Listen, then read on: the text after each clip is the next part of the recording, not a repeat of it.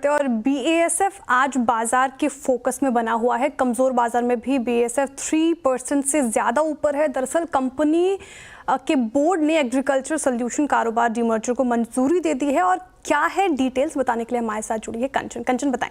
जी, जैसे कि आपने बताया कि जो इनका जो एग्रीकल्चर सॉल्यूशन बिजनेस है उसकी डीमर्जर के लिए कंपनी ने अपना एक ग्रीन फ्लैग दे दिया है और बोर्ड ने कल ही ये डीमर्जर की मंजूरी दे दी थी। बेसिकली इनका जो मोटिव है इस डीमर्जर के पीछे वो है अपने बिजनेस को और भी सीमलेस बनाना और साथ ही साथ आगे के लिए जो वैल्यू क्रिएशन है उस पर खासा फोकस करना। अगर इसका हम कॉन्ट्रीब्यूशन देखें इनके ओवरऑल बिजनेस में तो वो भी अच्छा खासा कॉन्ट्रीब्यूशन आता हुआ दिखाई दिया। अगर लास्ट ईयर की बात करी जाए तो रेवेन्यू में अप्रॉक्सीमेटली 2006 करोड़ का कॉन्ट्रीब्यूशन दिया था एग्रीकल्चर बिजनेस ने अकेले, यानी कि परसेंटेज वाइज यहाँ पे हमें 14.57% का एक कंट्रीब्यूशन आता हुआ दिखाई दिया था। इनफैक्ट अगर हम इस क्वार्टर की यानी कि सितंबर क्वार्टर की बात करें तो वहाँ पे भी हमें रेवेन्यू में अप्रॉक्सीमेटली 15% का एक कंट्रीब्यूशन आता हुआ दिखाई दिया था सिंगल एग्रीकल्चर बिजनेस से। और कंपनी अपने रिलीज में ये भी बोल रही है कि आगे चल के इसको एक सेपरेट एंटिटी में और साथ ही साथ इसके आईपीओ लाने की भी तैयारी बाजार में देखी जा सकती है।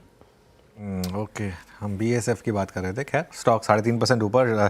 कंचन बहुत बहुत शुक्रिया। एक्चुअली सेक्टर पर बात करते हैं। हमारे साथ अजय जोशी केमिकल्स के फाउंडर अजय जोशी जुड़ गए हैं। Ajay ji good afternoon. कुछ और स्टॉक्स की बात करें इससे पहले बीएसएफ पर कोई व्यू है क्या आपका? अजय जी आपकी आवाज़ नहीं आ रही है, एक बार चेक करिए, कहीं म्यूट पर तो नहीं है आप? आई थिंक अब आवाज़ हाँ क्लियर है, गो अहेड। हाँ धन्यवाद। और इंटरेस्टिंग बात यह है कि मैंने अपनी करियर की शुरुआत भी केमिकल्स में बीएसएफ के साथ ही करी थी।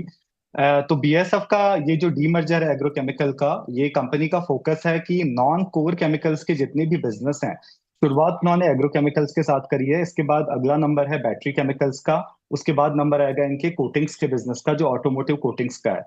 तो सारे के सारे नॉन कोर केमिकल बिजनेसेस को ये लोग अपना सेपरेट करना चाह रहे हैं और बीएसएफ को वो एक ग्लोबल केवल केमिकल कंपनी की तरह खड़ा करना चाह रहे हैं। अगर आप टॉप 10 एग्रोकेमिकल कंपनी देखेंगे तो उसमें केवल बीएसएफ ही एक ऐसी कंपनी है जो एग्रो के साथ साथ बाकी सारे केमिकल्स में भी एक्टिव है। इसके अलावा जितनी भी कंपनीज हैं, सिंजेंटा हो, एफएमसी हो, कोटेवा हो, वो सारी कोर एग्रोकेमिकल कंपनी है। तो बीएसएफ भी थोड़ा वैल्यू क्रिएट करना चाहता है अपने शेयर होल्डर के लिए एंड ये कार्व आउट जो बिजनेसेस को कर रहा है इसी का प्लान है।